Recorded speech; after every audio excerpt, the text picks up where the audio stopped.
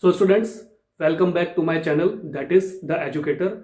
So today we are going to start our general English speaking part 13, in which we are going to study about present perfect tense, that what is its meaning, what role does it play in speaking sentences in our English language. So let's start. So students, welcome back to my channel. So today we are going to start our general English speaking part 13, in which we are going to discuss about present perfect tense today. So let's start. Present perfect tense. So what basically it means and what role does it play in our fluent English speaking language. So it is used to talk about finished actions when we are thinking about their results in the present. तो basically ये क्या करता है, ये हमें उसके बारे में बताने का प्रयास करता है जो हमारे जो एक्शन होते हैं, जो हमारी क्रिया होती है या प्रतिक्रिया होती है, जब वो समाप्त हो चुकी होती है, जब हम उसके बारे में सोच रहे होते हैं, उसके रिजल्ट के बारे में, उसके नतीजे के बारे में सोच रहे होते हैं प्रेजेंट में यानी वर्तमान में, तब ये हमें प्रेजेंट परफेक्ट टेंस उसके बारे में बताने का प्रयास करता है. But this tense should not be used with adverbs or adverbial phrases denoting past time. तो ये जो काल है इसको हमें इस तरीके से प्रयोग में नहीं लाना है जब हम कोई एडवर्ब या एडवर्बियल फ्रेजेस जिसमें हम पास्ट टाइम को यानी भूतकाल का जो समय है उसको हम दर्शा रहे हैं, तो उसमें हमें इसको प्रयोग में नहीं लाना है. For example like yesterday, last week, Monday etcetera. So yesterday basically is बीता हुआ दिन, यानी यस्टरडे हमारा बीता हुआ दिन हो गया.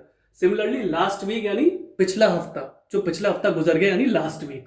सिमिलरली मंडे इज सोमवार, it is the name of a day that regularly comes after normally 7 days, Monday, Tuesday, Wednesday. तो similarly Monday is a day of name of a day like सोमवार.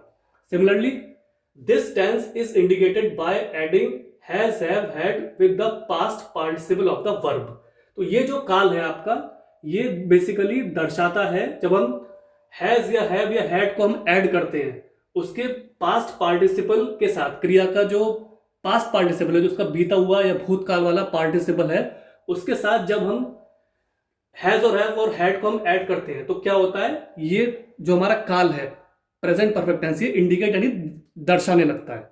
Example हो गए, इसमें हम ED भी लगाते हैं, कुछ चीज के साथ हमें ईडी भी लगाना होता है. Example I have written the letter, मैंने एक पत्र लिख लिया है. सो आई, you can say I is a pronoun यानी सर्वनाम, have is the condition of present perfect tense has और have, written is the third form of the write, the letter means पत्र. तो मैंने एक पत्र लिख लिया है. Similarly I have known him for a long time, मैं उसे बहुत समय से जानता पहचानता आ रहा हूं या जानता पहचानती हुई आ रही हूं. Similarly, you can see I is the pronoun in sarvanam, has or have is the condition of present perfect tense. After I, we have to use have. Known is the basically third form of know. K-N-O-W, know. Know यानी जानना पहचानना. तो know is a third form. Known is a third form of know. Him is also a pronoun यानी सर्वनाम. For a long time मतलब बहुत लंबे समय से. So I have known him for a long time. मैं उसको बहुत समय से पहचानती हुई या जानती हुई आ रही हूँ. She has gone home, वह घर जा चुकी है.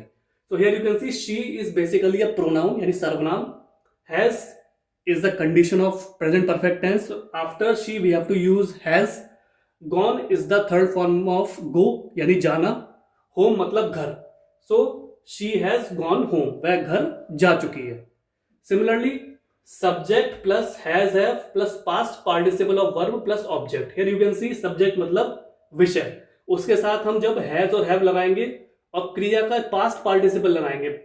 आई have written participle in short form, the basically spelling is PARTICIPLE plus object यानी वस्तु. So here you can see subject विषय plus has have plus past participle of verb. जब क्रिया की हम पास्ट नहीं बीता हुआ भूतकाल वाला पार्टिसिपल यूज करेंगे और उसके साथ जब हम वस्तु को जोड़ेंगे तो हमारा सेंटेंस कंप्लीट हो जाएगा.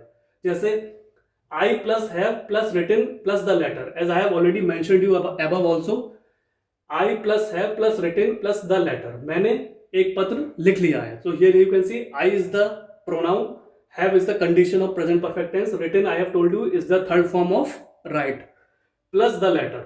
So I have written the letter. Similarly, I plus have plus known plus him for a long time. I is pronoun, have is the condition of present perfect tense plus known. I told you known is the third form of know यानी जानना पहचानना, plus him is also a pronoun सर्वनाम for a long time मतलब बहुत लंबे समय से. So मैं उसको बहुत लंबे समय से जानता पहचानता आ रहा हूँ. She plus has plus gone plus whom. So she is a सर्वनाम, has is the condition of present perfect tense, gone is the third form of go यानी जाना, plus home यानी घर.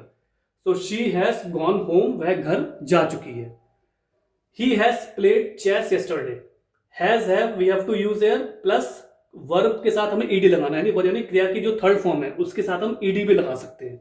So he has played chess yesterday. वह कल chess खेल चुका है.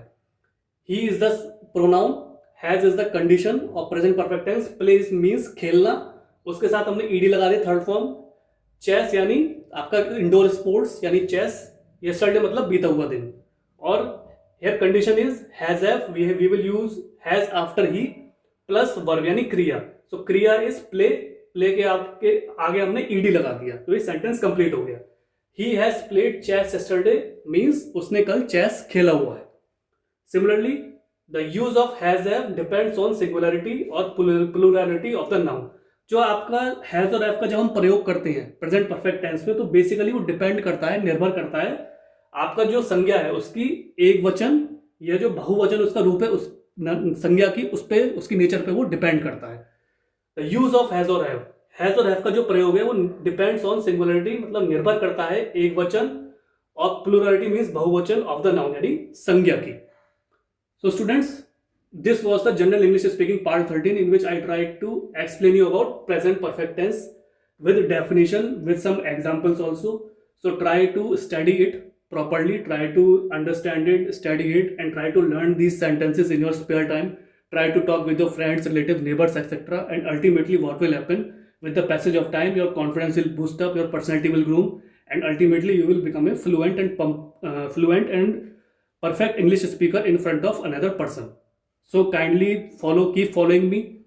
I will bring more English speaking lessons which can prove to be an asset for you. So kindly like, share, subscribe my channel, and thanks for your valuable and precious time. Have a nice day.